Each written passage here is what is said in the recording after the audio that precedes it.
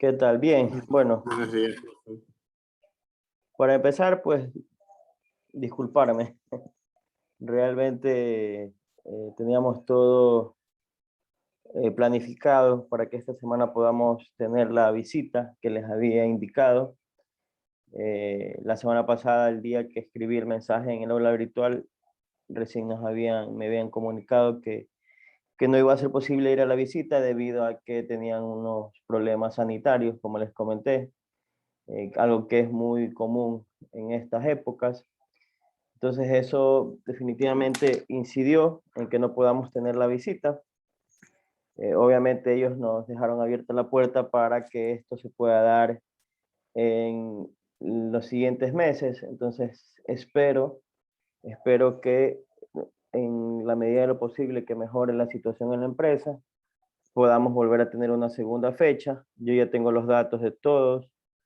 Entonces, creo yo que por ese lado, los trámites igual en SPOL están abiertos, en el sentido de que si no lo tomamos ahora, pues con seguridad para la siguiente oportunidad habrá los recursos, ¿no? Sobre todo en el tema del transporte, que es algo que era lo más complicado de poder conseguir, ¿ok?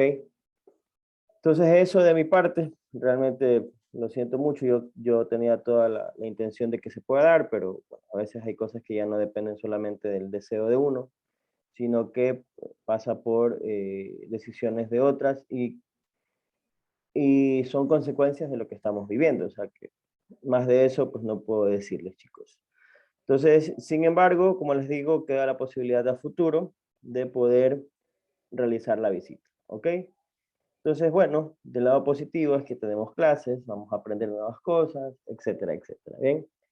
Entonces, un poco, yo la semana pasada les había compartido el video de todos ustedes respecto a la primera actividad que realizaron, esta actividad de discutir los factores que afectan los procesos de fermentación dependiendo del tipo de alimento, tres particularmente, lácteos, productos alcohólicos, y productos de panificación, ¿no? Entonces, en este sentido, yo he preparado un cuestionario, ¿no?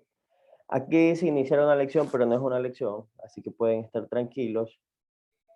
Es básicamente, son algunas preguntas, bien, es un poco para ver si realmente han revisado las diapositivas, bueno, no las diapositivas, sino más bien los videos que sus compañeros compartieron, ¿ok? Entonces, a continuación, aquí está el código del juego. Entonces, les voy a pedir que por favor se vayan conectando. Somos 22 personas. Cuando tengamos más de 20, arrancamos. Como les digo, no es una lección, pero sí es necesario que es participación en clase, ¿no? Lo cual también es parte importante de la evaluación del curso, ¿ok? Esto es la página de Quizzes. Si ustedes ponen en Google Quizzes, les va a salir directo al juego. Déjenme ver si yo puedo colocarlo.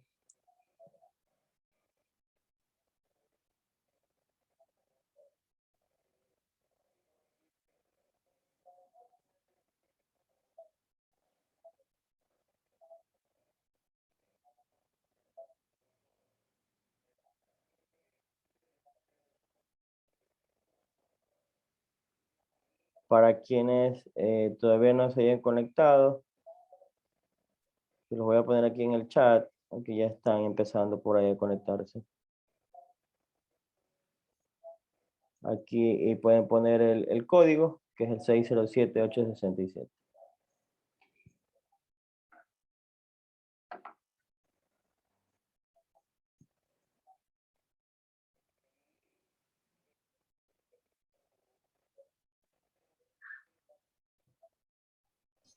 Profesor, una consulta. ¿Es necesario conectarse a otro segundo dispositivo o ahí mismo aparecen las preguntas? No, en este caso creo que las preguntas aparecen en pantalla. Entonces, la recomendación sería que se puedan conectar en el teléfono, podría ser. Porque me parece que sí, creo que solo allí aparecen las respuestas. Y ustedes acá ven las preguntas, así algo así.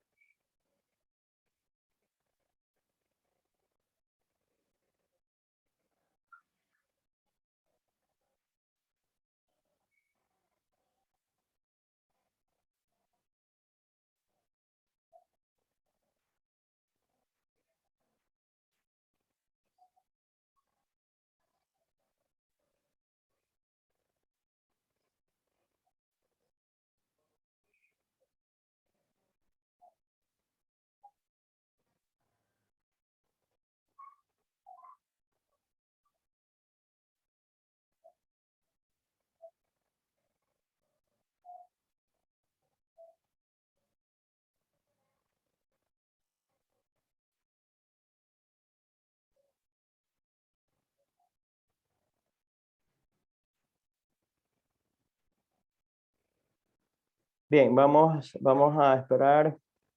Van 18. Somos 23. Llegamos al 20 e iniciamos. Como les digo, es recomendable que todos puedan estar, que todos participen.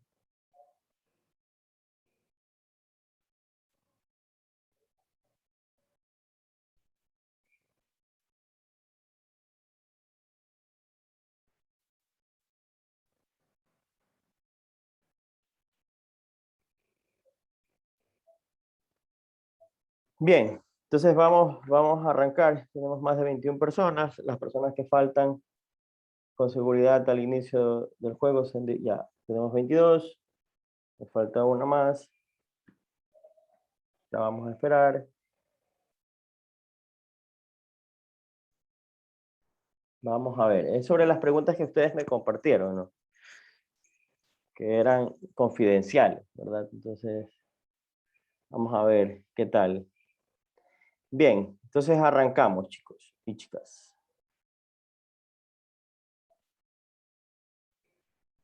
Es una nueva forma, es como que sale como diapositivas. Entonces yo tengo que ir avanzando. Vamos a ver.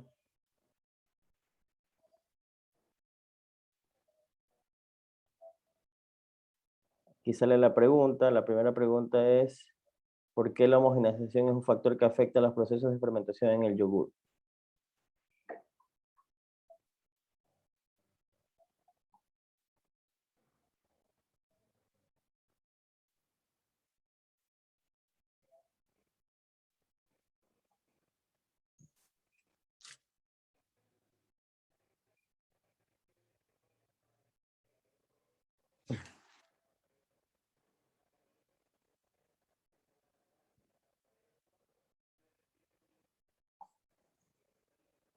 Ok, vamos a ir con la segunda pregunta.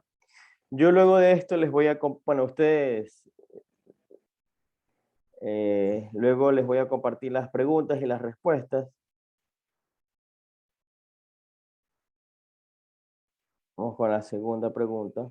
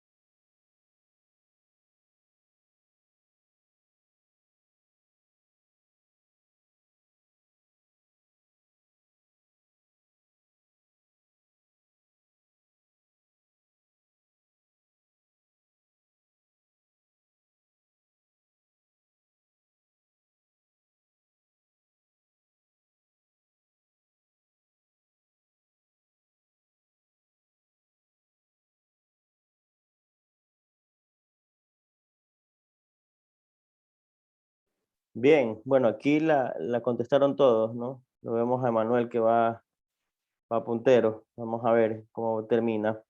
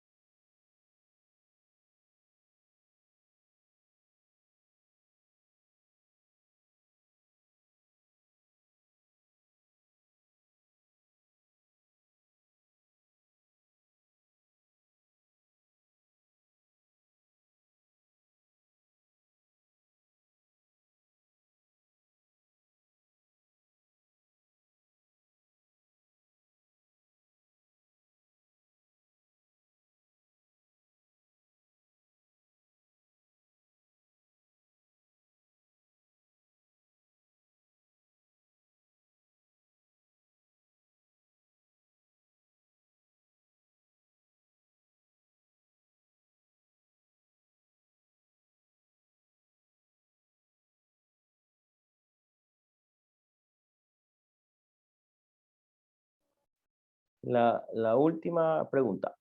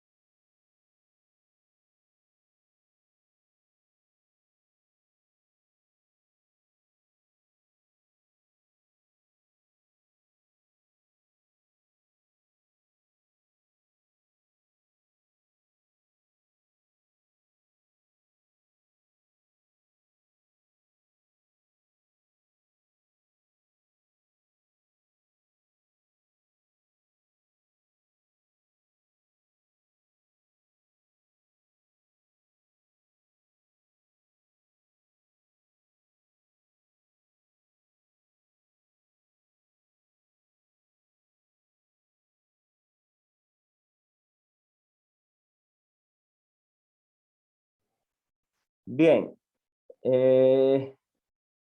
aquí pueden ver bueno, está Sara, Franklin y Emanuel. Terminaron en los primeros lugares, ¿no? Entonces, los tres, felicidades. Eso quiere decir que, pues, de alguna u otra forma han podido revisar los videos. Créanme que ustedes son más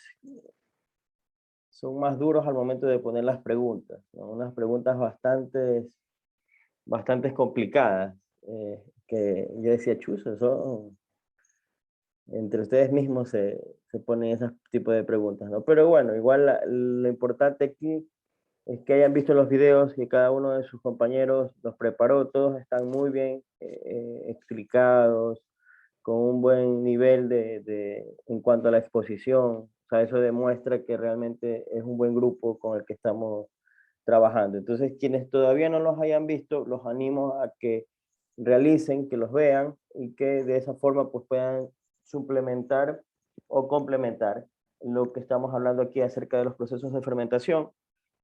Como les menciono, es una parte importante, si bien es cierto es más de procesamiento, pero en algún momento esta información será de mucha utilidad para ustedes. Entonces, por esa razón, los videos están ahí disponibles, así que pueden revisarlos cuando ustedes tengan un tiempo libre. Ahora que viene el feriado, pues pueden tener también un día para ver los videos de estos videos, ¿no? Dicho esto, vamos a continuar con la clase de la semana pasada. No sé si alguien igual tenga alguna pregunta sobre la actividad, alguna inquietud.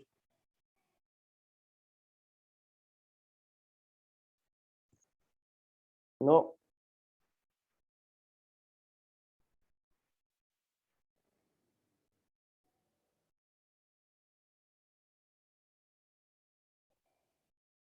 Bien, a ver.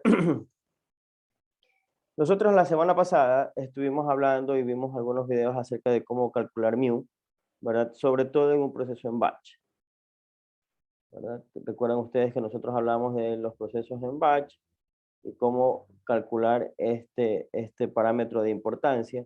Obviamente en un proceso en batch esto es igual a cero, ¿no? Y al final del día lo que teníamos era la acumulación igual a lo que se produce, ¿no? Esto Rx es una velocidad volumétrica, ¿no? Y hace referencia precisamente al proceso que se lleva a cabo dentro de un fermentador o un bioreactor. ¿Ok? Después del análisis matemático y considerando qué es lo que ocurre dentro de un proceso en batch, con algunos parámetros como por ejemplo el volumen, la concentración de biomasa, la concentración de sustrato, podríamos añadir también la concentración de producto, ver que todos estos compuestos respecto al batch, en un proceso en batch, cambian versus el tiempo. Entonces, obviamente, nosotros podemos establecer cómo realizar el cálculo de mu. Al final de eso, al final de todas las expresiones matemáticas, llegamos a la conclusión de que mu máxima por t es igual al logaritmo natural de nxt sobre nx sub 0. ¿Ok? Entonces, esto es una de las primeras un primer recordatorio de lo que hablamos en la clase pasada.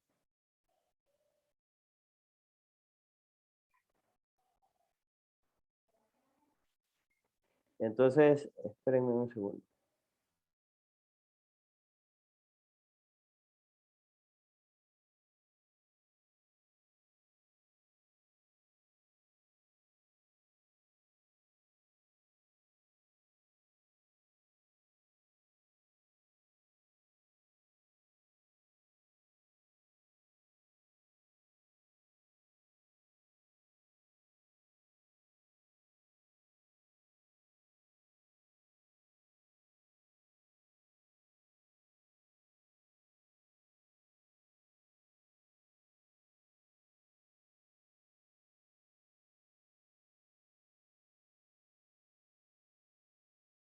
Perdón.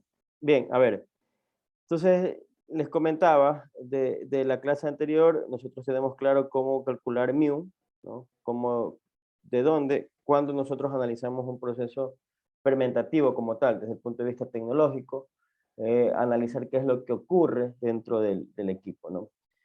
Entonces, algo que también les mostraba la clase pasada tenía que ver con el tema de las curvas de crecimiento, ¿no? Esto que es X versus T. Entonces yo les mostraba dos gráficas, ¿no? Para poder interpretar qué tipo de información podíamos obtener a partir de una curva de crecimiento, ¿verdad? Más adelante vamos a ver que a partir de una curva de crecimiento nosotros podemos establecer parámetros como el rendimiento, podríamos también calcular el tema de la productividad, rendimiento, productividad, el tema también de calcular mu, ¿no? Entonces, realmente la información que una curva de crecimiento nos da es súper valiosa, ¿no? Pero es importante tener en cuenta cómo, cómo, eh, cómo construimos una curva de crecimiento, ¿no? Que es la pregunta que aquí planteo. O sea, cómo llevamos a cabo o qué debemos tomar en cuenta para construir una curva de crecimiento, ¿no? Entonces, aquí en esta diapositiva vemos algunos temas, ¿no? Por ejemplo, está al lado de las medidas indirectas, medidas directas, y por el otro lado aparece un concepto que es acerca del sustrato limitante.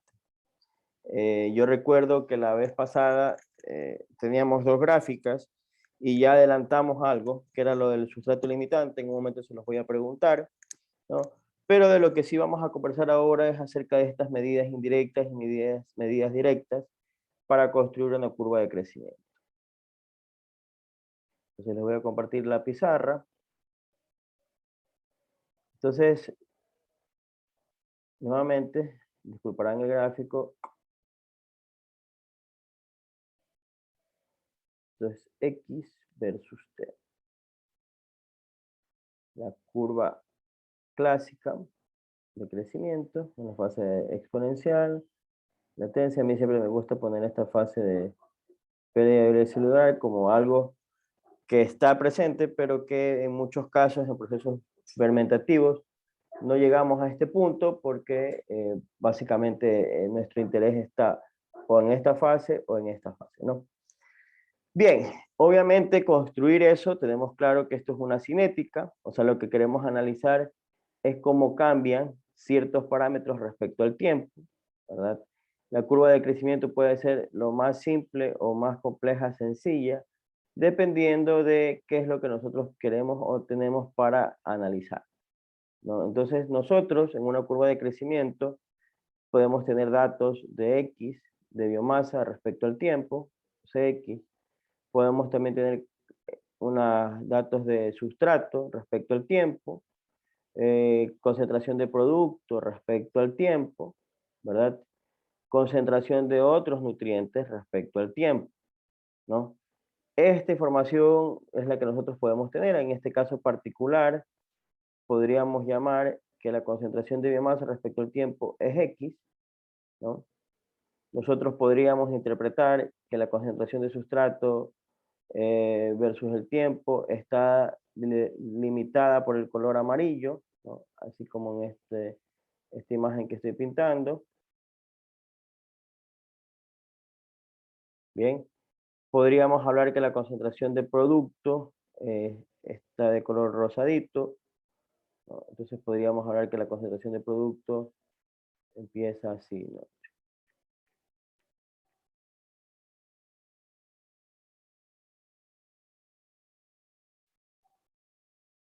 Bien, y también podríamos tener otros nutrientes, ¿no? Otro tipo de nutrientes con color naranja, ¿verdad? Generalmente puede ser un nutriente de este tipo. Bien, entonces al final, lo que les quiero decir con esto es que la curva de crecimiento nos permite tener toda esta información, ¿verdad? Obviamente toda esta información se construye a partir de mediciones, ¿verdad? Yo voy evaluando, voy midiendo y voy cuantificando cada uno de estos cambios, ¿verdad? Esos cambios o esas mediciones se pueden realizar a través de técnicas, de diferentes tipos de técnicas, ¿no? Obviamente, para el tema de cuantificar un sustrato, un producto, un nutriente, se pueden dar técnicas analíticas, ¿no? Recuerdan ustedes sus clases de análisis de alimentos, ¿verdad? Hay técnicas, por ejemplo, para cuantificar el contenido de carbohidratos, ¿no? Que son, qué sé yo, basadas en determinar la concentración de glucosa en un medio, ¿no? Para esto hay técnicas colorimétricas, ¿verdad? A partir de cambios de color o aumento de color, yo puedo identificar una composición de glucosa en un medio, ¿no? Hay técnicas colorimétricas, no solamente para glucosa, puede haber para producto, para nutrientes. Para producto obviamente va a depender de la naturaleza del producto, o sea, estas técnicas analíticas son muy específicas y dependerá de la información que yo tenga sobre lo que conforma el medio de cultivo, ¿ok? Lo que conforma el medio nutritivo, el medio donde crece el microorganismo, esa composición, a partir de allí yo puedo establecer todas estas herramientas analíticas. Obviamente, en nuestro caso particular, en lo que nosotros vamos a hablar ahora, y teniendo como objetivo principal el conocimiento de cómo un microorganismo crece, ¿verdad? Como objetivo de estudio principalmente los microorganismos, nosotros podemos interpretar que el crecimiento de este microorganismo lo podemos monitorear a través de dos vías, ¿no? Una medida directa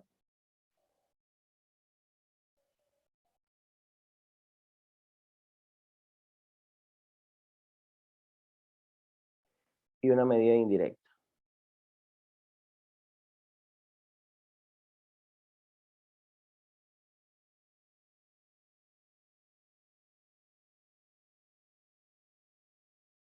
Bien, entonces dentro de las medidas directas, la única, diría yo, la única es básicamente la cuantificación. UFC, unidades formadoras de colonias por ml, UFC por gramos, dependiendo si la fermentación es estado sólido, ¿no? Entonces, esta es la medida clásica, ¿verdad? Esta es, si usted quiere medir crecimiento microbiano, la medida directa única son estas. O sea, cuantificar la cantidad de microorganismos que hay en ese medio. Obviamente, estas curvas de crecimiento se construyen cada cierto periodo de tiempo. Y eso es básicamente a criterio del grupo que está trabajando en el desarrollo de esta información, ¿no? Entonces ellos definen si ese lapso de tiempo es entre 1, 2 horas, ¿verdad? O de 3 a 6, ¿no? Dependiendo. Obviamente que mientras más corto sea el periodo de tiempo, mejor será el conocimiento acerca de la tendencia del microorganismo, ¿no? Eso es importante también tenerlo en cuenta. O sea, mientras más datos vamos a tener un mejor conocimiento sobre el comportamiento del microorganismo en ese medio. Bien, ¿por qué les comento esto? Porque imagínense ustedes hacer mediciones directas cada 1 o 2 horas para cuantificar los UFC por ml, ¿sí? Entonces, imagínense hacer cada 1 o 2 horas, el proceso para poder cuantificar cómo va creciendo el microorganismo. Y este proceso, si ustedes recuerdan sus clases de microbiología, parten de realizar diluciones, hacen una dilución 1, una dilución directa, una mezcla de, generalmente es 1 ml del medio en 9 ml de agua, ¿no? O 1 gramo del medio en 9 ml de agua, y luego a partir de ahí hacen dilución, ¿verdad? Entonces, como no conocen al inicio, pues ustedes probablemente harán de 10 a la 5 a 10 a la 6, 10 a la menos 5, 10 a la menos 6, en diluciones. Luego de esto, ahora sí, tendrán que sembrar por cada dilución 3 placas. Y luego de eso, ¿verdad? Tienen que esperar al menos menos de 24 horas, máximo 24 horas, para poder contar.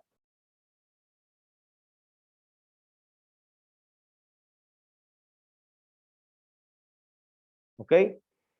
Entonces, ¿para qué se puede hacer esto? Pues obviamente cuando nosotros estamos haciendo un cultivo industrial, en el caso de que voy a inocular, tengo que conocer cómo está la viabilidad del microorganismo. Entonces, para eso tengo que hacer este tipo de análisis, ¿no? Entonces, imagínense que yo quiero hacer la producción hoy, ¿no? Y tengo que esperar todo este tiempo para tengo que esperar alrededor de 24 horas para poder conocer qué tal está el microorganismo, ¿no? Entonces es demasiado, ¿verdad? Entonces es definitivamente un proceso que es válido, necesario, pero en el tiempo es sumamente complicado de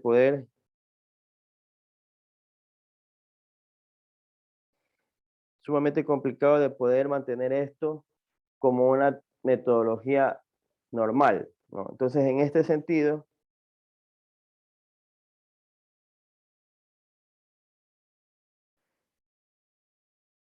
en este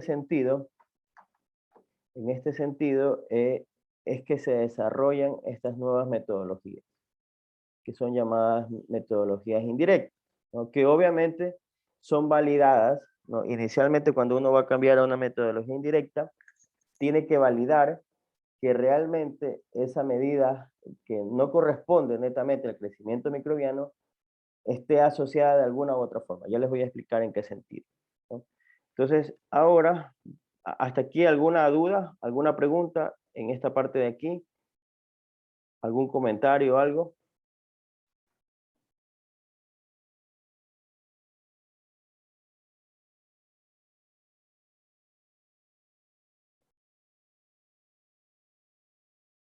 Dudas, comentarios.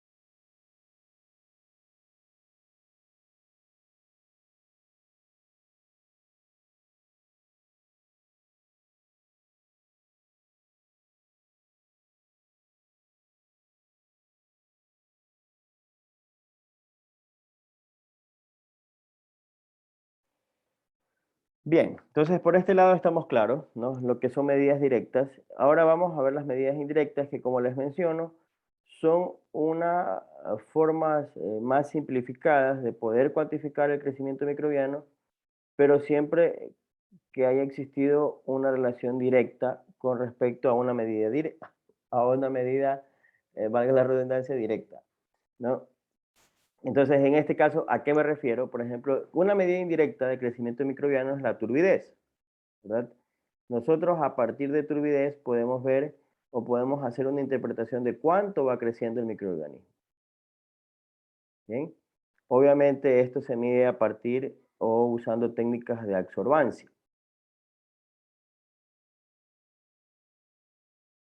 Entonces hay ya mucha data, ¿no? Que nos habla o nos indica de que generalmente cuando tienes absorbancias de 0,1 y así de 1, de 2, ¿verdad? Están asociadas a ciertas unidades formadoras de colonia. Por ejemplo, de 0,1 podríamos estar hablando de 10 a la 5 UFC por ml,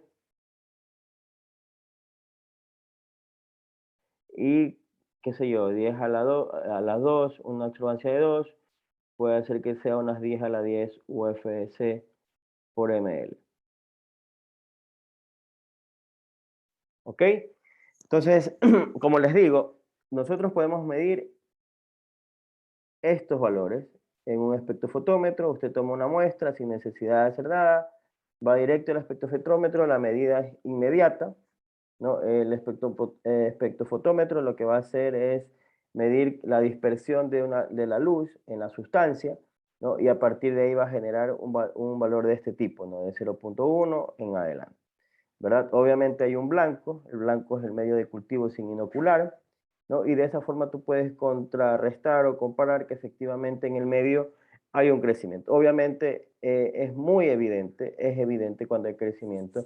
De hecho, creo yo que esta semana tienen prácticas con Cristian, me parece que van a hacer el tema de la levadura, que si no estoy equivocado. Entonces, ahí ustedes pueden ver cuando hagan la práctica de la levadura o incluso en casa, ustedes pueden coger un vaso transparente, poner agua, ¿verdad? Ponen la levadura y un poco de azúcar y van a ir viendo cómo la levadura a medida que va creciendo, pues básicamente va aumentando o va generando mayor biomasa y esta biomasa empieza a opacar el medio, ¿no? Entonces, esa forma de opacar o esa turbidez que se genera la podemos medir a través de la absorbancia.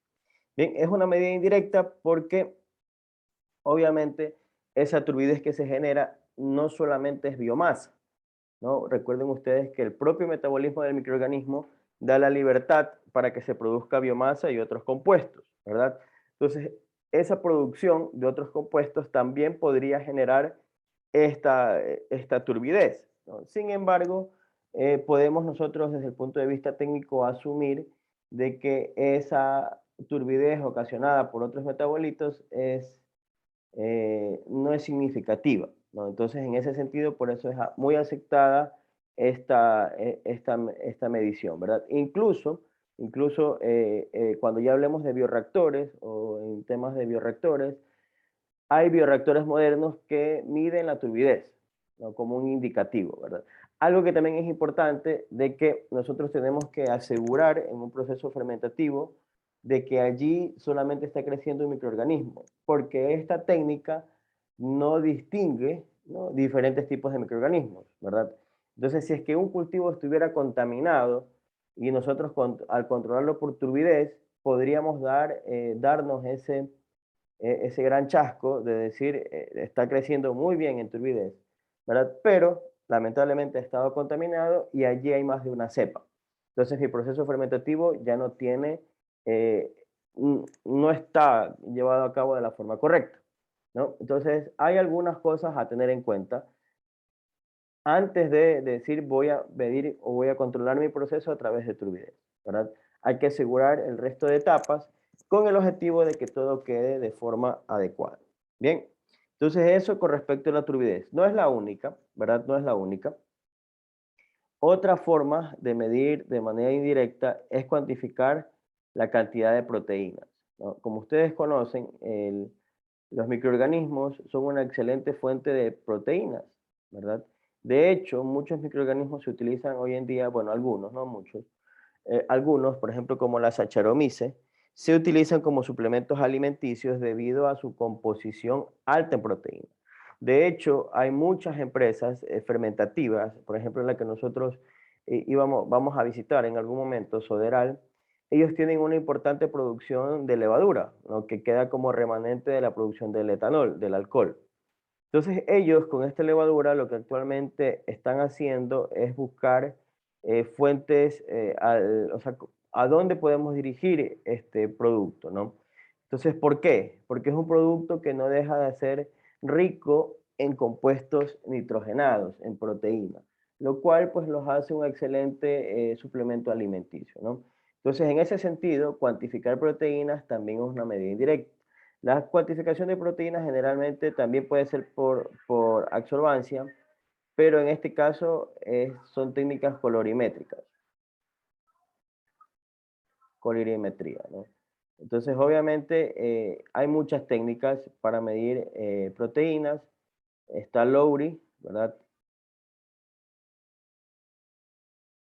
La tecnología de Lowry, que es una medida para medir la proteína. Está Bradford.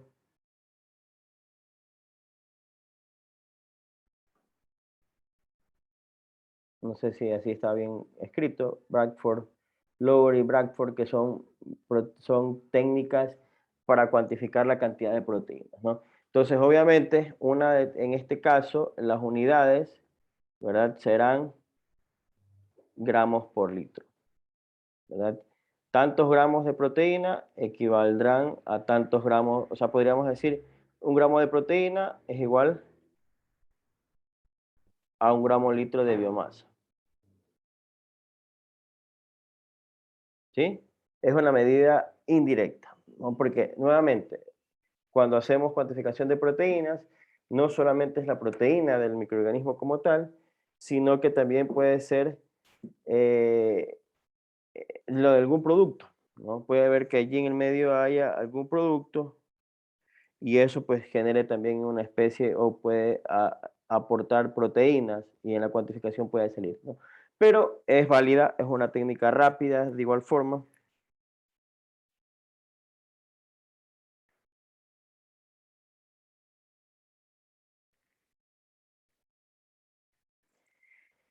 Bien, ¿alguna pregunta hasta aquí tal vez?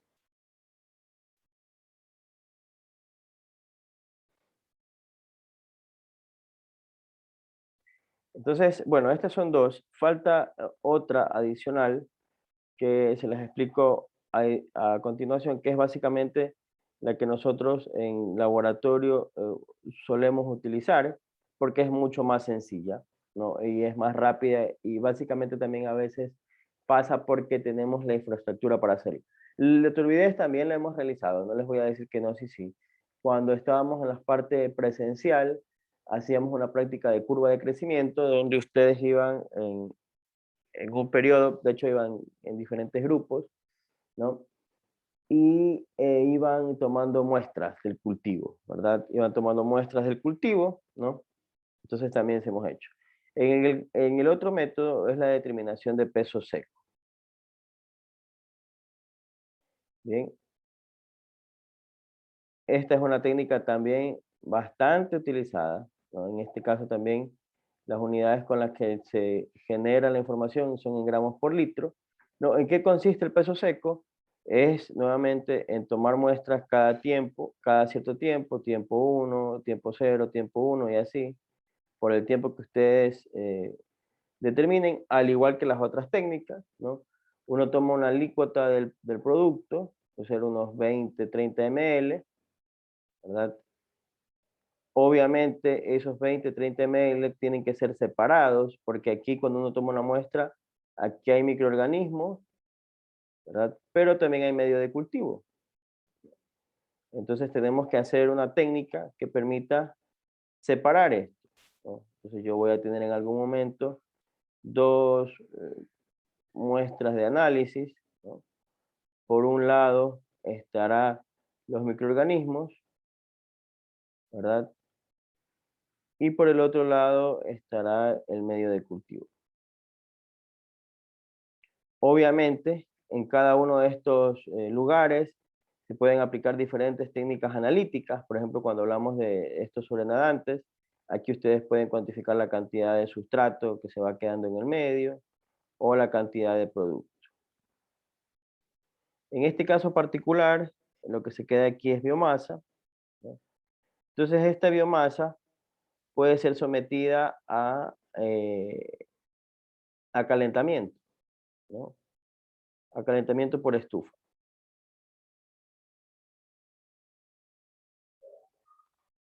Así que estamos hablando de someter estos productos a 80, 90 grados centígrados. Entonces, en un tiempo, ¿hasta qué tiempo? Hasta que nosotros podamos establecer que en la placa donde está la biomasa haya un peso constante, ¿verdad? Hasta un peso constante. Esto nosotros lo conocemos, ¿no? Desde que estábamos en química, ¿verdad? Esto es una técnica de gravimetría. O sea, nosotros por diferencia de pesos entre el soporte antes de añadir la muestra y el soporte luego de colocar la muestra, ¿no? Por gravimetría, por diferencia de pesos, podemos establecer una medida de crecimiento.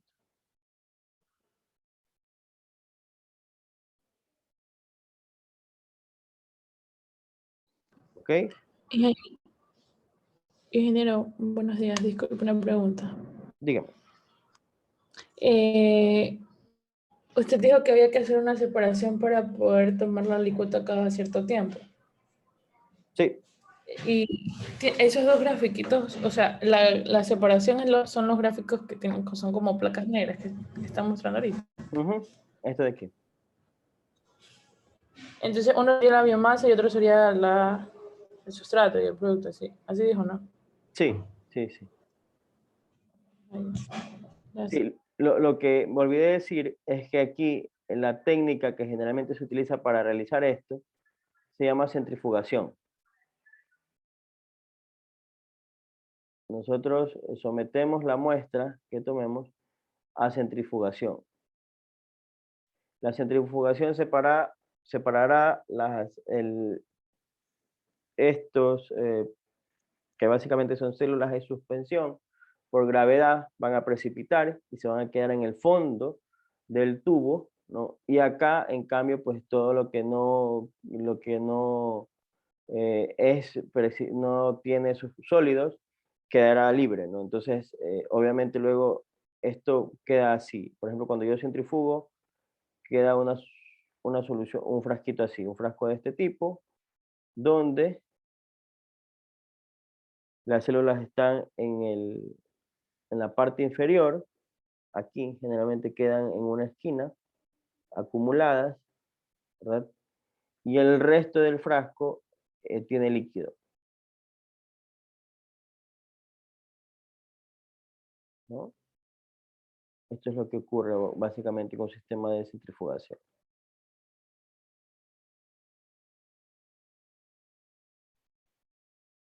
¿Ok? Y luego de eso, obviamente, esto lo ponemos en estos dos frasquitos. Por un lado en la biomasa y por otro lado el líquido, ¿no? Pero generalmente queda o se obtiene esto que está aquí en verde, esto de aquí. Esto es lo que se obtiene luego de un proceso de centrifugación. El frasco con el precipitado o la biomasa en el fondo y el resto obviamente líquido ahí circulando. ¿Ok? Entonces, esto es respecto a las medidas directas y medidas indirectas para poder construir una curva de crecimiento. ¿Alguien tiene alguna duda o alguna medida que en algún momento hayan estudiado, tal vez en microbiología, algo que les llame la atención o alguna curiosidad? No sé.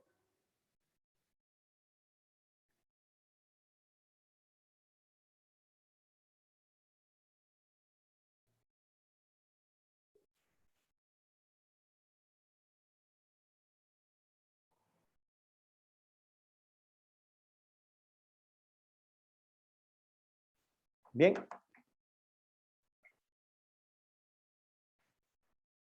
perfecto. Entonces, dicho esto, vamos a continuar.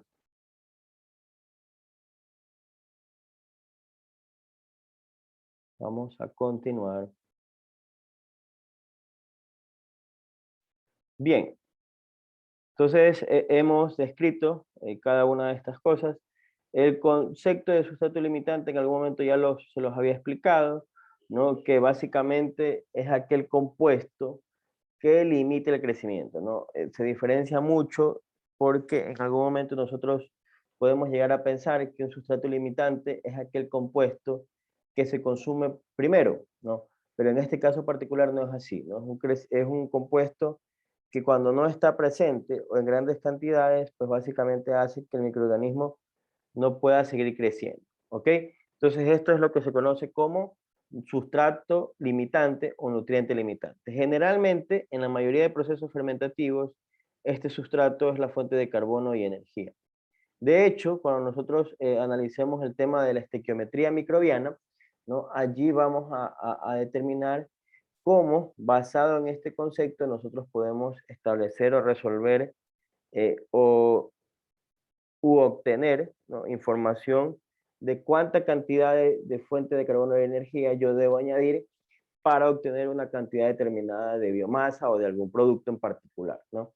Esta información es fundamental, sobre todo para el proyecto del curso que les planteamos la semana pasada, ¿ok? Entonces, esto respecto a cómo construir una curva de crecimiento, si tienen alguna duda me la pueden hacer, si no vamos a ir avanzando. Esto me parece, esto lo revisamos la semana pasada, ¿no? ¿O no? Sí, sí lo revisamos, profe. Pero analizamos también lo de la curva, ¿o no?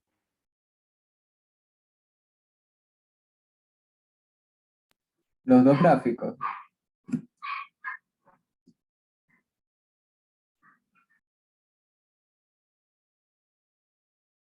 Bien, esto creo que lo discutimos la semana pasada acerca de la información que nos proporcionaba, ¿verdad? Aquí, por ejemplo, dentro de forma muy breve, esta es la fase de adaptación. Perdón, aquí en este caso particular no hay fase de adaptación. Esta es la de biomasa, ¿se acuerdan que les comentaba? ¿No? Aquí obviamente sí hay, ¿no? O esto pasa muchas veces porque hay una fuente distinta de carbono, ¿verdad? Hay estas fuentes simples y complejas y todo esto tiene incidencia, ¿ok? Adicionalmente, también está obviamente la información respecto a los nutrientes, los que les acababa de mencionar hace un momento, en este caso particular estos triángulos, son la fuente de nitrógeno, ¿no? Esto se va consumiendo, ¿verdad? Hasta este punto, bien, pero sin embargo el microorganismo sigue creciendo, ¿ok? Y eso hace que hablemos de que esta fuente que se consume primero no puede ser el nutriente limitante, sin embargo la glucosa sí. Yo siempre les hablaba que estas son tendencias, por lo cual deben analizarse desde ese punto de vista. ¿Ok? Entonces, bueno, creo que esto ya lo habíamos revisado. No recuerdo si la parte de las técnicas para la elaboración de la curva de crecimiento las revisamos, pero bueno, si no, hicimos un recordatorio. Bien, otro aspecto que también es importante, y esto sí, de seguridad no lo vimos la semana pasada, tiene que ver con el tema metabolitos primarios. Lo revisamos, recuerdan ustedes cuando hablábamos de las curvas de crecimiento y todos aquellos compuestos que están asociados al crecimiento del microorganismo, ¿no? Se consideran metabolitos primarios, ¿no? Muchos de ellos son fundamentales para el crecimiento de la célula y generalmente ocurren o se llevan a cabo durante la fase exponencial, ¿no? Aquí está la trotofase, metabolitos primarios, la idiofase, metabolitos secundarios, ¿ok? Entonces, ahí pueden ver la diferencia principalmente, ¿no? En este caso particular, por ejemplo, aquí está muy bien ejemplificado, ¿no? Está la biomasa que aumenta, está la producción de alcohol, ¿verdad?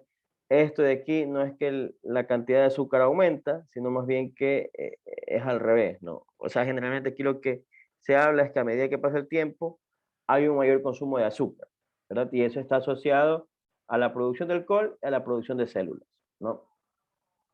Entonces, este mismo trabajo, ustedes lo ven acá, ¿verdad? Pero en este caso particular, ven las células en verde, entra en fase estacionaria en este punto, ¿verdad? Ven que el consumo de glucosa aumenta, el consumo de azúcar, ¿verdad? Y ven que generalmente en la fase exponencial hay muy poca producción del metabolito, ¿verdad? Sin embargo, cuando ya ingresa en fase estacionaria, la producción de este metabolito se dispara, ¿ok?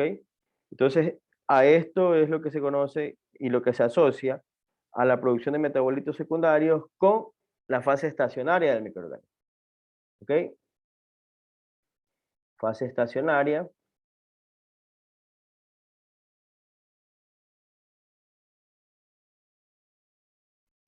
Y esta es la fase exponencial. Bien, esto es la fase, en cambio aquí, fase exponencial.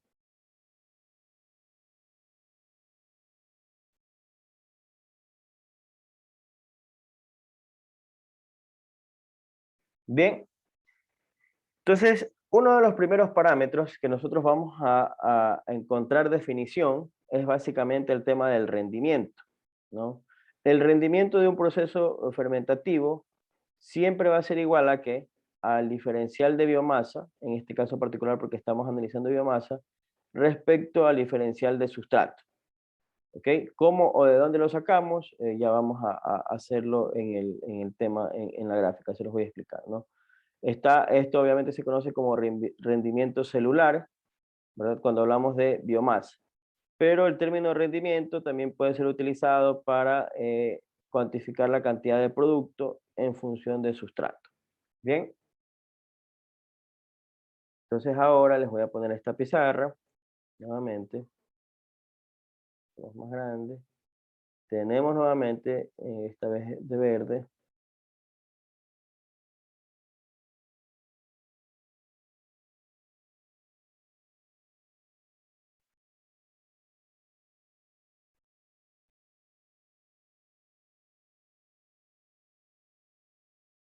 Bien. Bueno, hace un momento nosotros habíamos conversado acerca de la construcción de la curva de crecimiento, ¿no? Cómo la construyo de una forma cualitativa, de una forma gráfica, puedo ver qué ocurre con la biomasa, puedo ver cómo se consume un sustrato y cómo se genera otro metabolito, ¿verdad? Esa información cualitativa, interpretativa, hay que ahora sí aterrizarla en un dato numérico, ¿no? En un dato que nos diga, ok, la cantidad de sustrato que tú estás utilizando se está convirtiendo en producto y biomasa, pero ¿en qué porcentaje? ¿Ok? Recuerden que si yo pongo 100 gramos de glucosa, esos 100 gramos de glucosa se van a dividir 50 para biomasa, 30 para producto, 10 para CO2 y así sucesivamente, ¿verdad? Entonces, esa información debe ser cuantificada a través de un criterio. En nuestro caso particular, ese criterio es el rendimiento. Yield, ¿verdad? Rendimiento.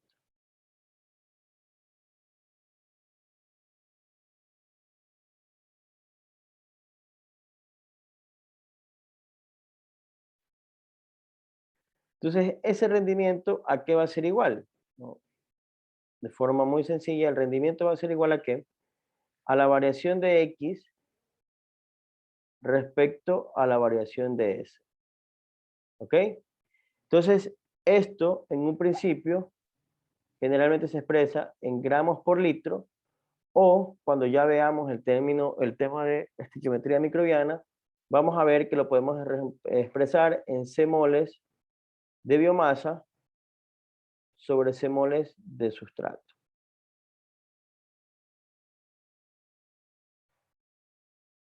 Bien, entonces al final, perdón, estoy equivocado.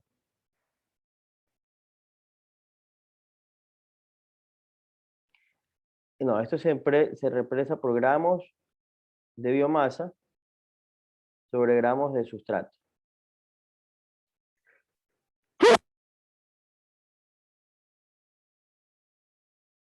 Perdón, chicos, no sé si...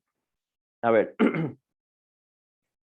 como les decía, se pueden expresar de estas dos formas, ¿no? Gramos de biomasa sobre gramos de sustrato o C-moles de biomasa sobre C-moles de sustrato. ¿Ok? Esas son las formas en las cuales nosotros podemos representar el rendimiento. Bien, entonces, ¿qué rendimiento representamos o qué cantidad de biomasa representamos? La cantidad que se obtiene al final del proceso fermentativo.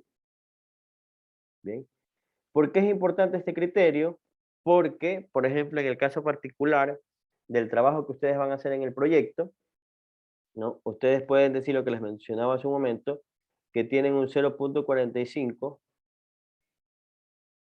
de gramos de biomasa sobre gramos de sustrato. Y que tienen otro proceso que no tienen 0.45, sino que tienen 0.15.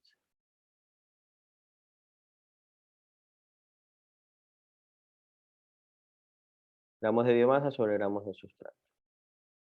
Bien, ¿qué quiere decir esto o qué interpretación le podemos dar? Pues básicamente de que nosotros estamos alimentando un sistema fermentativo, ¿verdad? Y en un caso, el 45% de la biomasa, el 45% del sustrato consumido está siendo aportado para biomasa.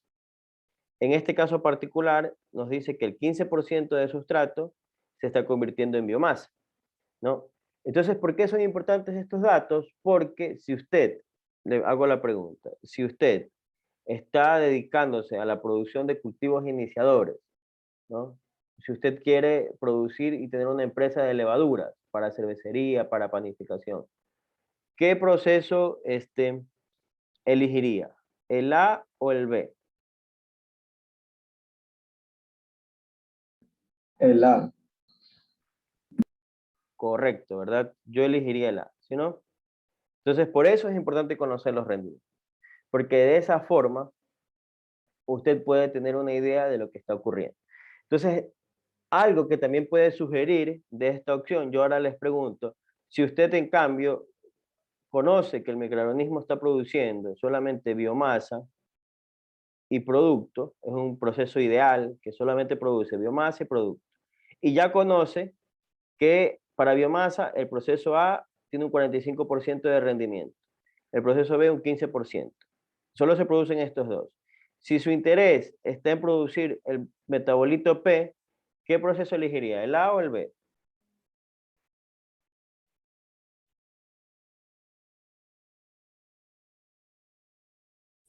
Ahí el B. Sería el B. Sería el B, ¿verdad? Entonces, esta es la razón por la cual es importante que nosotros podamos interpretar esta información. ¿Ok?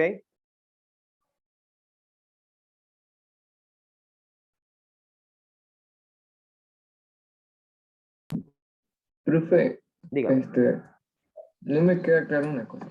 Ya, en el proceso B, el 15% del sustrato consumido está siendo aportado para biomasa, ¿verdad?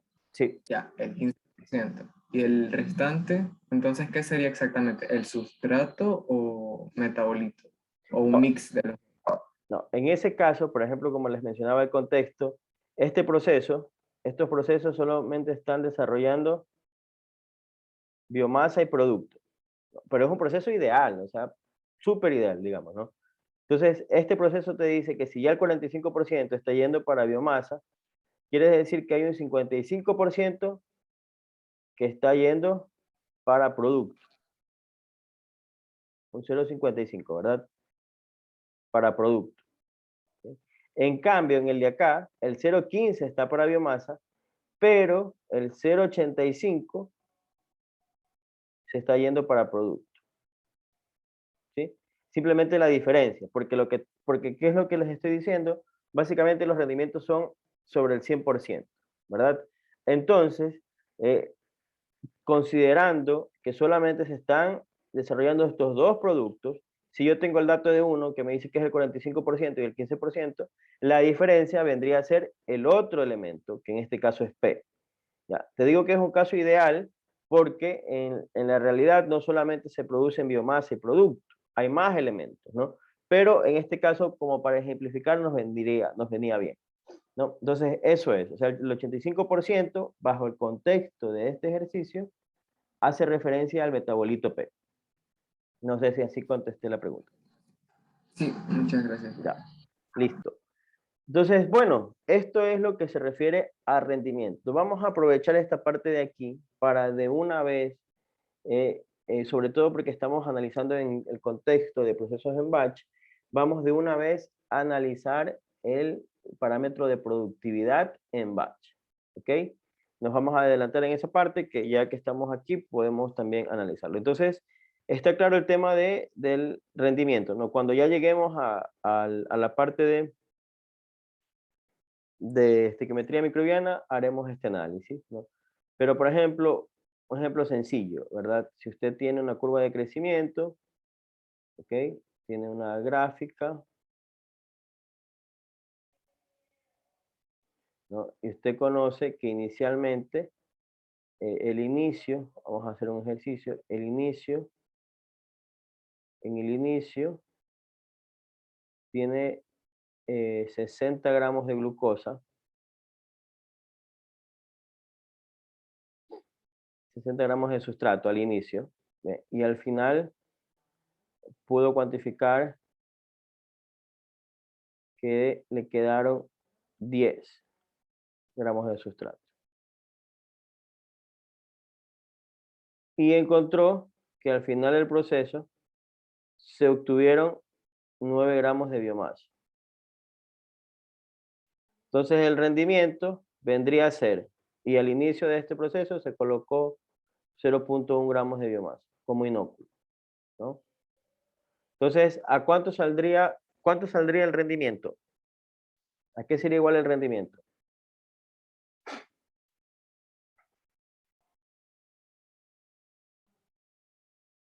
Puntos adicionales, vamos. Ahí sí toditos, dijo un estudiante. 0.9 sería 9 gramos de biomasa final sobre los 10 gramos de sustrato final. Ya, mira, siempre recuerda que es el diferencial. Diferencial de X versus diferencial de sustrato, ¿no? Entonces sería 9 menos el 0.1 que tú ya añadiste al sistema, ¿verdad? Dividido para los 60 que tú colocas inicialmente, menos los que te quedan. Entonces el rendimiento, ¿cuánto sería igual?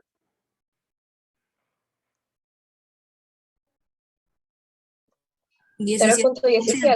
18. 0.18 voy a dejarle, redondeando. Gramos de biomasa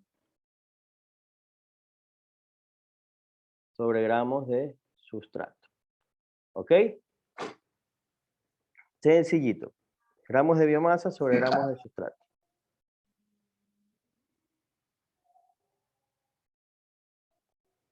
Bien. Estamos claros entonces, ¿no? Este es el rendimiento. Luego, obviamente, con esta información, nosotros podemos calcular... Ay, ay, ay. Luego, nosotros reportaremos estos gramos, estos 0.18 gramos de biomasa, y los llevaremos a C moles de biomasa sobre C mol de sustrato.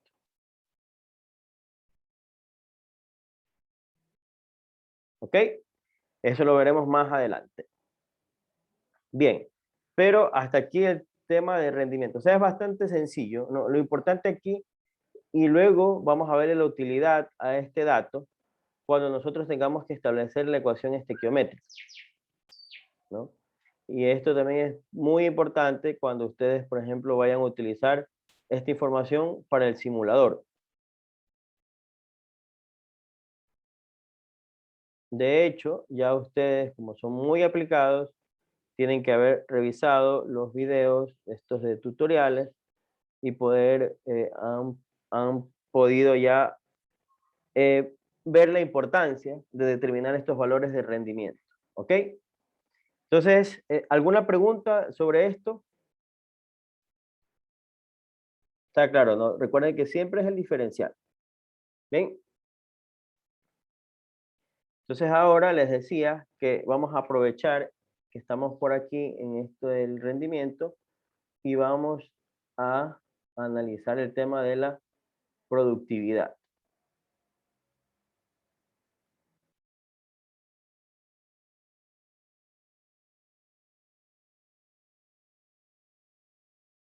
Entonces, estos conceptos no solamente aplicados para procesos fermentativos, sino para procesos de cualquier índole, ¿no? Cuando hablamos, por ejemplo, de un proceso de transformación de alimentos, siempre es lo que estos parámetros son importantes al momento de tomar una decisión, ¿no? ¿Qué tan productivo estoy siendo? ¿Dónde puedo mejorar mi proceso? Etcétera, etcétera. ¿Ok? Entonces, por eso es importante tener claro cómo calculamos la productividad. Ya tenemos claro cómo calculamos el rendimiento, ahora vamos a tener claro cómo calcular la productividad. Obviamente, también es algo que es importante, es que esta productividad es en un proceso en batch. Cuando avancemos y hablemos de procesos continuos, verán que la productividad cambia, tiene otro enfoque, se debe analizar o interpretar con otra información. Entonces esto nos queda así, ¿verdad? Esta es la curva de crecimiento clásica. Entonces nosotros, al igual que con los otros casos, hablamos de productividad para biomasa, ¿no? Hablamos de productividad para algún producto determinado. Bien, entonces esto es la parte que a tener en cuenta. ¿Ok? Entonces, vamos a hacer la productividad para biomasa, ¿verdad? Entonces, la primera cuestión que hay que tener claro, que cuando nosotros hablamos de productividad, siempre nos referimos a lo que estamos desarrollando en función del tiempo. En función del tiempo.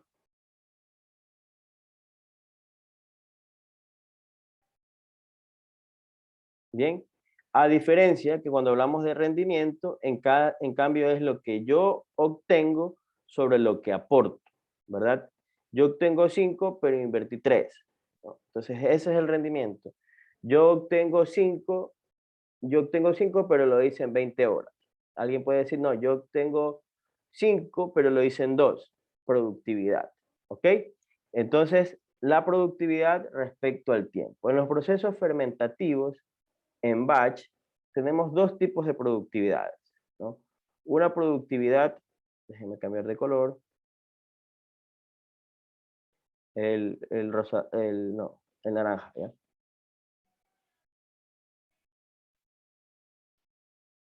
Tenemos dos productividades, una productividad máxima, ¿no? Y una productividad total.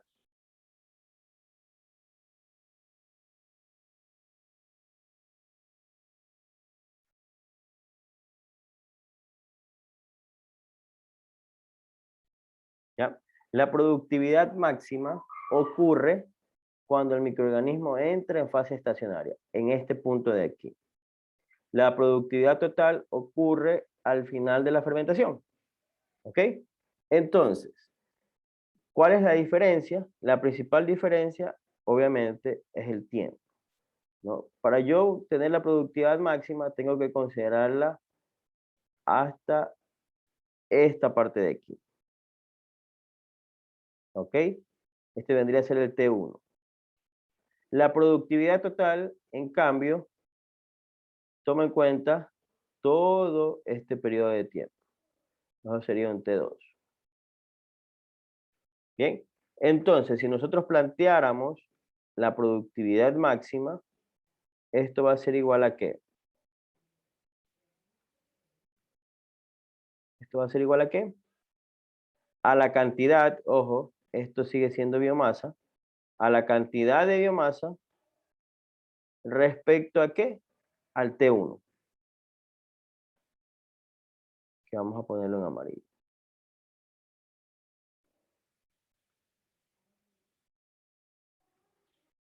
Por otro lado, la productividad total, en cambio,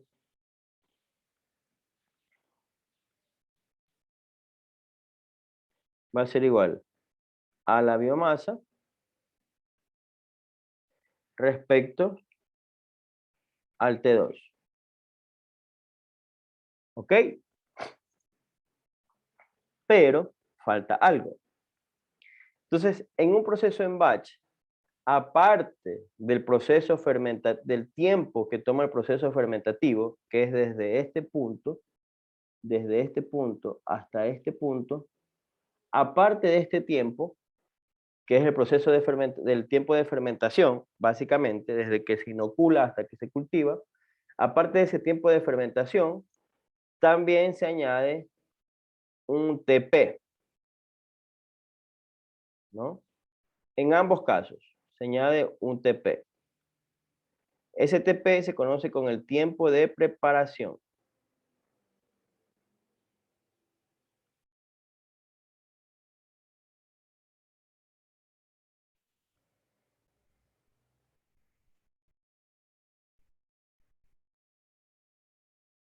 Tiempo de preparación.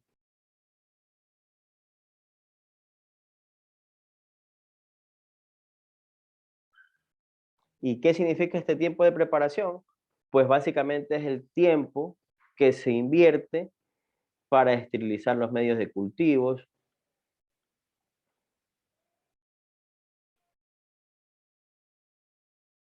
para esterilizar medios de cultivos,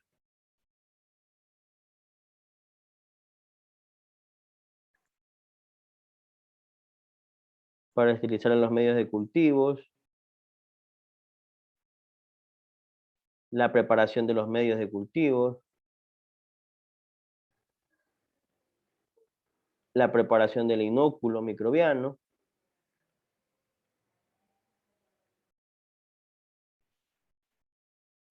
y todas las actividades que usted considere como operaciones previas al proceso de fermentación. Entonces, esta es la forma en la cual nosotros podemos calcular la productividad. Preguntas.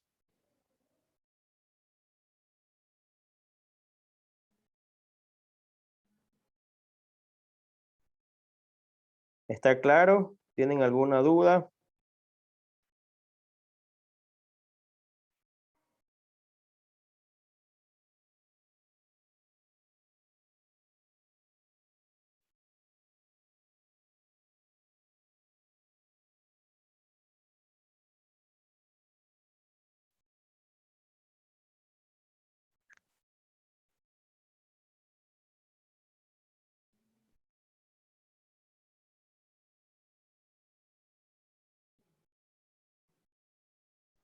¿Está todo claro?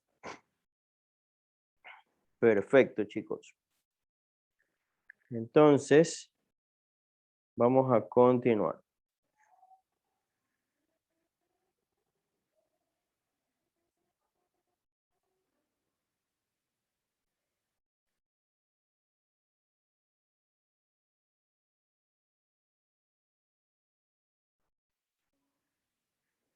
Bien.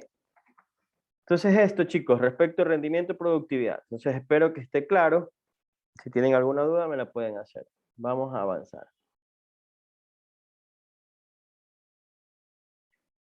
Bien. Entonces, ahora sí, dentro de lo que vamos estudiando, nosotros hemos determinado mu como herramienta clave para el microorganismo, ¿verdad? Dentro del proceso de fermentación hemos analizado dos parámetros, ¿no? Que es el rendimiento y productividad en batch. ¿Sí? Hasta ahorita nosotros vamos analizando este tipo de parámetros en batch. ¿Ok? Obviamente, todo esto, toda esta información que ustedes ven aquí, depende de algo fundamental, algo importante. ¿Qué es eso? La nutrición microbiana. ¿Verdad? Una parte fundamental del curso y del proceso fermentativo es el diseño del medio de cultivo. Si nosotros podemos comprender de forma correcta cuáles son los nutrientes que un microorganismo necesita, nosotros podemos mejorar de forma importante el producto o aditivo alimentario que estemos desarrollando, ¿no? Entonces, ¿de qué se compone el proceso de nutrición? Hay varios aspectos, ¿no? Obviamente el principal es el tema que tiene que ver con los compuestos que se añaden, que está aquí, donde hablamos de macronutrientes, micronutrientes, elementos traza, sustratos complejos, ¿verdad? Esto es lo fundamental, ¿verdad? Sin embargo, hay otras características propias del proceso, ¿no? Y cuando hablamos del proceso en nutrición microbiana, nos referimos a uno que es eh, necesario, ¿no? ¿Cuál es ese proceso? Es el proceso de difusión.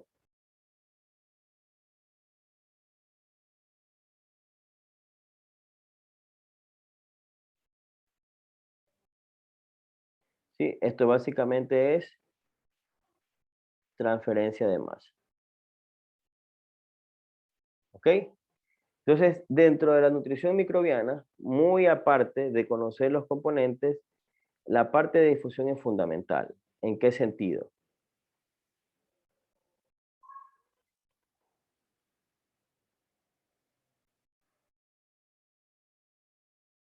Bien. Y ahora sí estamos en nutrición, ¿verdad? Nutrición microbiana. Ya vamos a interpretar cada uno de los elementos, pero vamos a hablar acerca de la difusión, porque es importante y porque es parte del proceso fundamental.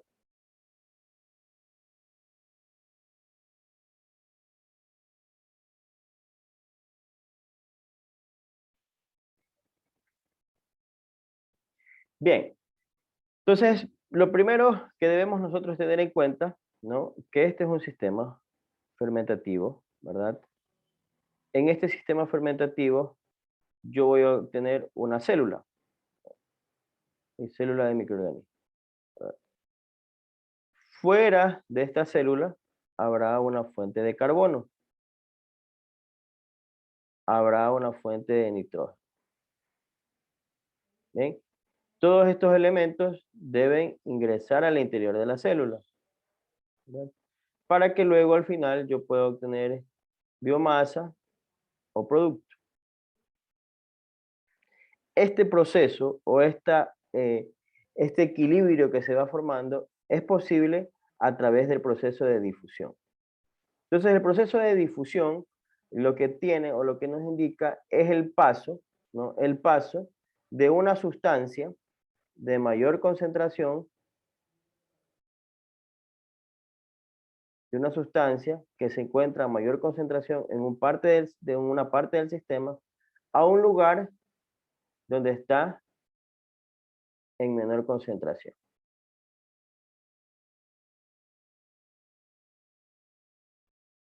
Bien, de un lugar donde hay mayor concentración a un lugar que está menor concentración. Bien, esto es básicamente lo que ocurre aquí. Entonces, la velocidad de este proceso, ¿no? La velocidad de este proceso va a ser igual a ¿qué? Va a ser igual a una fuerza impulsora, ¿bien? Respecto al ¿qué? A una resistencia, ¿no? Esto es para todos los fenómenos de transporte.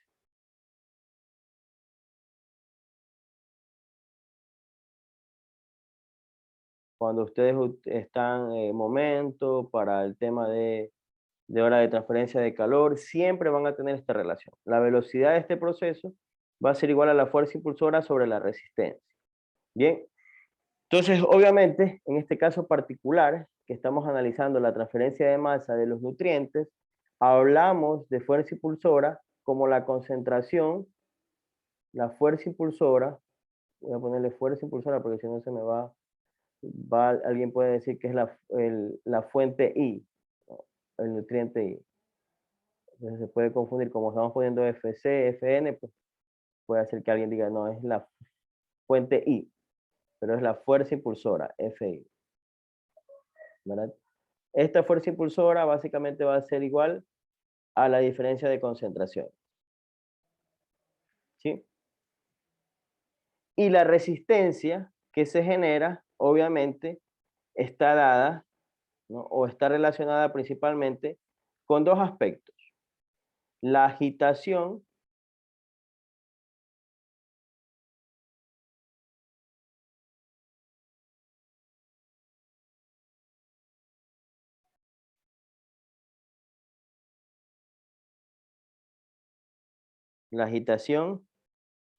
y la aireación.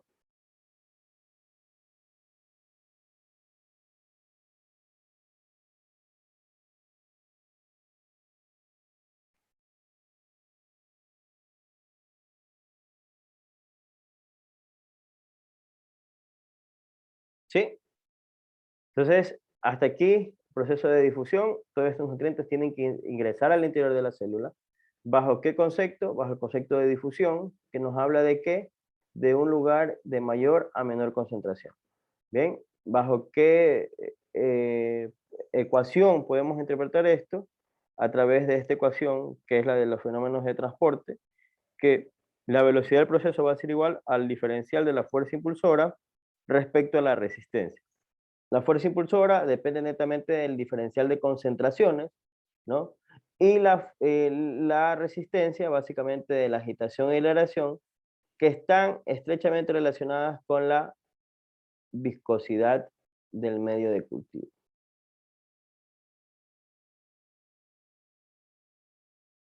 Viscosidad.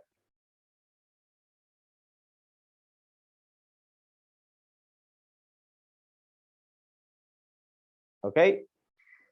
Bien, entonces, para poder tener una mejor explicación de estos, de a qué se refieren con estos procesos de transferencia o cuáles pueden ser las limitantes, les voy a poner el ejemplo clásico, ¿no? Que probablemente ya ustedes lo tienen ahí desde la escuela, ¿no?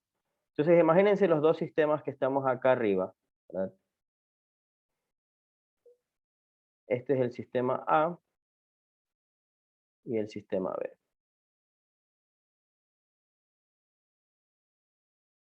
Bien, en el sistema A,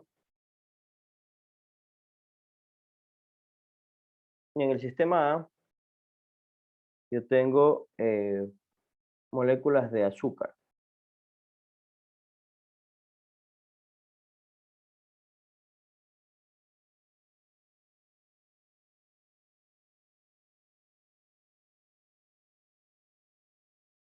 En el sistema B también tengo moléculas de azúcar.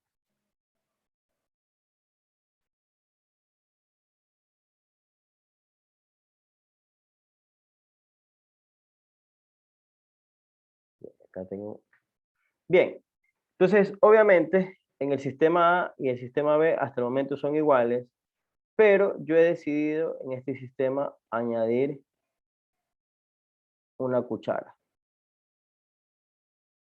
Bien, les pregunto, ¿en qué proceso o en qué sistema la velocidad de transferencia va a ser más rápida? ¿Y por qué?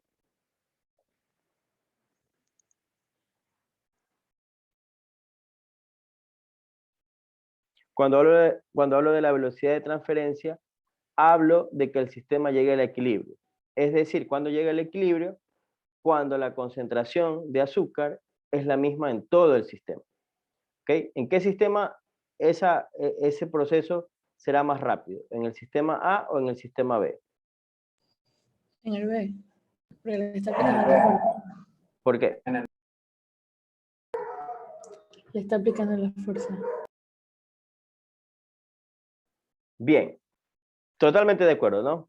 En el sistema B, ¿verdad? Hay una fuerza externa y eso hace de que aquí las moléculas se muevan con mayor facilidad, ¿verdad? Y eso hace que la interacción sea más rápida. Pero ¿qué es lo que ocurre entre las moléculas? Si nosotros hacemos un zoom, ¿verdad? De esto, en el proceso A yo voy a tener la partícula de azúcar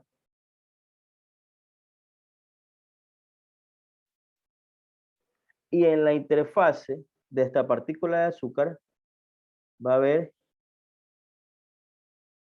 se va a formar una especie de área superficial de contacto, ¿verdad? Una área superficial de contacto. ¿Entre qué? Entre el líquido donde no hay azúcar y el azúcar, ¿verdad? Entonces, generalmente, cuando no hay agitación, esta área de contacto, esta resistencia es grande. ¿Bien?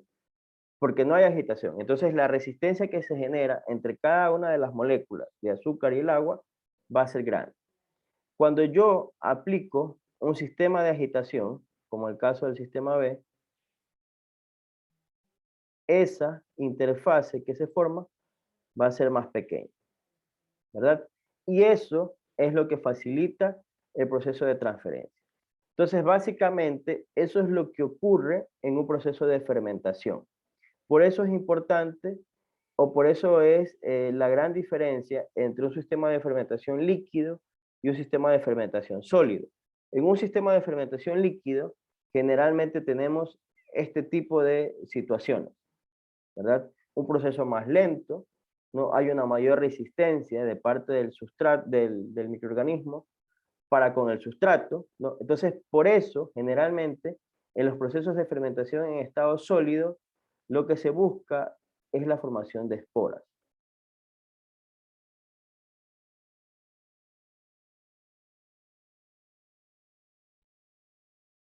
Bien, en algunos casos, algunos productos alimenticios se forman como una especie de micelio, ¿no? Que es una especie que es una estructura de los hongos que es blanca, que recubre el producto, que no es un problema, ¿no? Muchos de estos hongos pueden ser beneficiosos para la salud, ¿no? Pero lo que yo les quiero decir es que generalmente este tipo de procesos ustedes los ven en fermentación sólida, ¿no? Por el contrario, este tipo de procesos los ven en fermentación líquida, ¿verdad? Obviamente, la fuerza de agitación y de aireación depende exclusivamente de la viscosidad. ¿Ok? Entonces, esta es una de las cosas importantes de la nutrición microbiana asociada o analizada desde el punto de vista de la difusión. ¿Por qué les menciono esto? Porque con este conocimiento es importante determinar qué tipo de fuentes yo puedo utilizar para el crecimiento de microorganismos. Con esta información ustedes son claros de que yo a un microorganismo no le puedo dar, tengo una bacteria y le voy a dar todas las hojas del campo. Toma microorganismo, destrúyela, ¿no? Es casi imposible, ¿verdad? Entonces, en este sentido, les quería explicar esto de aquí, ¿no? No sé si tengan alguna pregunta o alguna inquietud.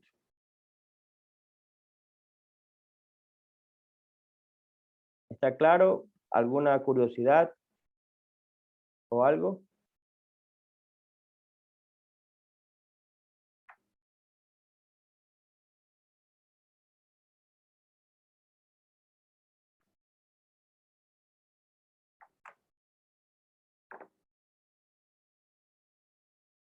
Bien.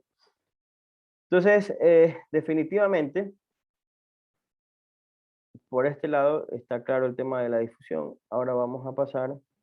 Ahora sí, una vez que tenemos claro el proceso de difusión, ahora sí tenemos que decir, bueno, tenemos que buscar macronutrientes. ¿Qué tipo de macronutrientes? Generalmente están asociados. La principal, hay diferentes formas de determinar un macro o de describir un macro o un micronutriente. La más sencilla, aunque parezca un poco a chiste, es la cantidad en la cual se añade en un medio de cultivo, ¿no? Generalmente los macronutrientes, estamos hablando de que su adición es en torno al 2 al 5%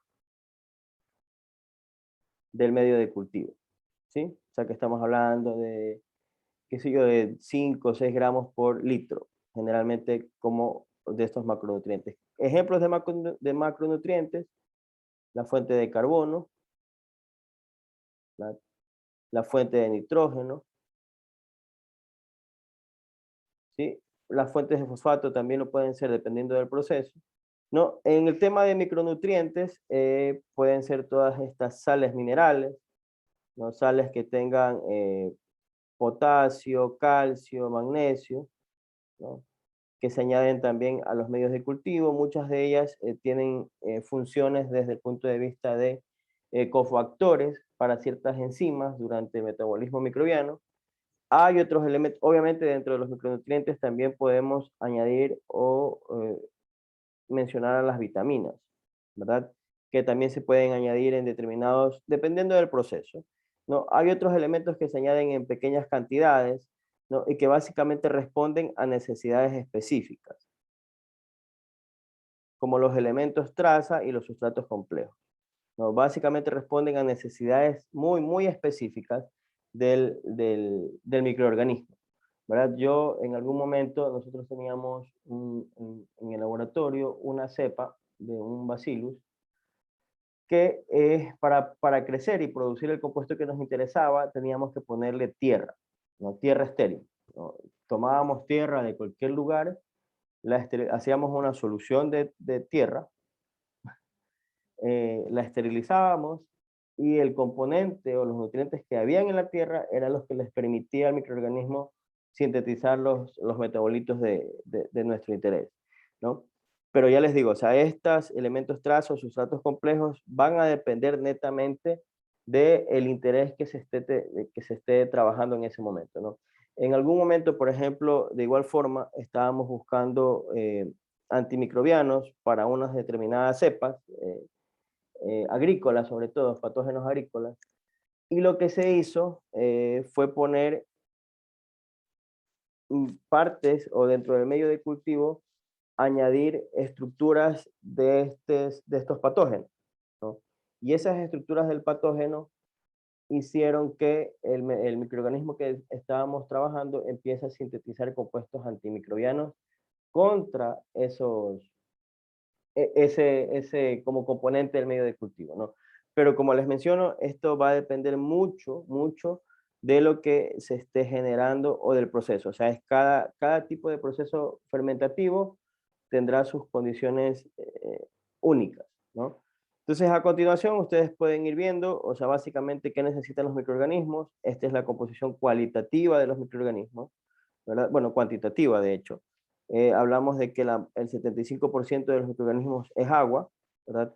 Hay un 23% netamente que tiene que ver con lípidos, algunos polímeros, carbohidratos, como compuestos proteicos, ¿no? Y algunos elementos inorgánicos que también son... Ay, perdón, ¿qué hago? Déjenme borrar esto. A ver, no quería borrar todo, pero bueno. Como les decía, esto es el agua, ¿no? Hay un 2% de compuestos inorgánicos, estos sí son. Y el resto, pues básicamente son todos estos elementos que se añaden, ¿verdad? Entonces, ¿qué relación tienen? Pues básicamente esto sí ya desde el punto de vista cualitativo, ¿no? Este 23% de compuestos como este tipo de polímeros, que generalmente son compuestos nitrogenados, que están asociados a la producción o a la estabilización del el ADN, la producción del ARN, toda la síntesis de proteínas, ¿verdad? Es parte importante para la reproducción microbiana, ¿no? Si no hay una síntesis de proteínas, básicamente no hay crecimiento del microorganismo, ¿no? Los lípidos generalmente están asociados a la producción, a la formación de la bicapa lipídica. La bicapa lipídica es sumamente importante desde el punto de vista que permite estos procesos de difusión, la transferencia de nutrientes al interior de la célula, y también es un soporte que impide el daño, ¿verdad? Contra diferentes procesos, ¿no? O diferentes condiciones de proceso. Luego están los carbohidratos, que generalmente su función principal es la de mantener, almacenar energía. También tienen incidencia en la formación de la pared celular. Y hay otros elementos como pequeños compuestos que se añaden, que son como cofactores y vitaminas, ¿verdad? Esto básicamente para algunas enzimas, ¿no? Que lo que hacen es, como ustedes conocen ya en sus cursos de bioquímica, las enzimas son parte importante de los ciclos de la vida, ¿no? Sin las enzimas, pues básicamente no llevaríamos a cabo ningún tipo de proceso, son fundamentales, ¿no? Luego de eso, desde el punto de vista de los compuestos inorgánicos, este 2% están los sulfatos y fosfatos. Estos generalmente se añaden a un medio para mantener el pH del medio, tienen un efecto buffer, es decir, no complicar el crecimiento del microorganismo por modificaciones de pH, lo van a estabilizar, ¿no? Luego, de igual forma, los fosfatos también tienen incidencia, el magnesio también es parte importante de la síntesis de lípidos para la membrana lipídica, ¿no? Y estos elementos traza que se añaden en pocas cantidades que van a ser específicos para cada tipo de microorganismo. Entonces, una de las primeras cosas, y con esto vamos a concluir, es, por ejemplo, este es un trabajo que publicamos en el 2016, me parece. Entonces, en este trabajo lo que se hace es, porque con toda esta información, ¿no? Toda esta información, es importante establecer como una línea de trabajo, ¿no? Cuando yo quiero empezar un proceso fermentativo, es necesario conocer qué tipo de nutrientes pueden tener un aporte significativo en el producto que estoy buscando, ¿no? Entonces, en este caso particular, nosotros evaluamos diferentes fuentes de carbono, como las que ustedes pueden ver aquí, ¿verdad? Diferentes fuentes de nitrógeno, diferentes fuentes de concentración de fosfato, para poder conocer cuál era la respuesta del microorganismo bajo estas condiciones. ¿Por qué les presento esto? Porque el proyecto de curso que ustedes van a hacer, básicamente van a hacer algo similar, ¿no? Ustedes van a tener o van a determinar diferentes tipos de residuos, ¿verdad? 3, me parece. Entonces, cada uno de esos residuos tendrá una composición distinta o tendrá un elemento mayoritario, ¿no? Que puede ser fructuosa, glucosa, sacarosa, lactosa, etc., ¿no? Y con eso, ustedes van a cuantificar la producción de un elemento, ¿no? De un compuesto en particular, la producción de un producto, PP, ¿no? Entonces, es básicamente lo que ustedes obtienen aquí, lo que ustedes pueden ver aquí. Por ejemplo, en este caso particular, era un compuesto, era un tensoactivo microbiano, ¿no? Producido por una cepa de Bacillus. Entonces, aquí de este primer ensayo, de este ensayo que está aquí, el A, se determinó que la glucosa era la que mejores resultados tenía. Luego de esto hicimos o determinamos qué ocurría con los cambios de concentración de glucosa para ver cómo se mejoraba la producción, ¿no? y aquí encontramos que A20 tenía una mejor producción del compuesto que nos interesaba. ¿No? De igual forma, seleccionamos un poco para ver la concentración de la fuente de nitrógeno y la concentración de la fuente de fosfato, ¿sí? Para poder establecer un medio de cultivo con unas condiciones ideales, ¿no? Entonces, eso es parte fundamental, es parte de la nutrición microbiana, y creo yo que es necesario, ¿no? De hecho, ustedes desde el punto de vista de simulación lo van a realizar, ¿no? Y a partir de allí pues van a tener información y van a poder interpretar cómo un mismo microorganismo se pueden obtener diferentes respuestas dependiendo de las fuentes con las que se alimenta. Bien, entonces al final también está esta gráfica para terminar. Aquí ustedes pueden ver el elemento, el peso atómico y cuál es la función biológica que tiene, ¿no? Esto está en las diapositivas, que incluso ustedes ya las tienen en la plataforma virtual, pueden revisarlo, ¿no? Ya la próxima clase empezaremos a analizar lo que son los tipos de medio de cultivo. Ya ustedes en microbiología analizaron uno, pero ahora vamos a analizar 3 particularmente que son muy importantes en los procesos de fermentación. Bien, entonces, no sé si hasta aquí tengan alguna duda, alguna inquietud, chicos, algo que les pueda ayudar a resolver.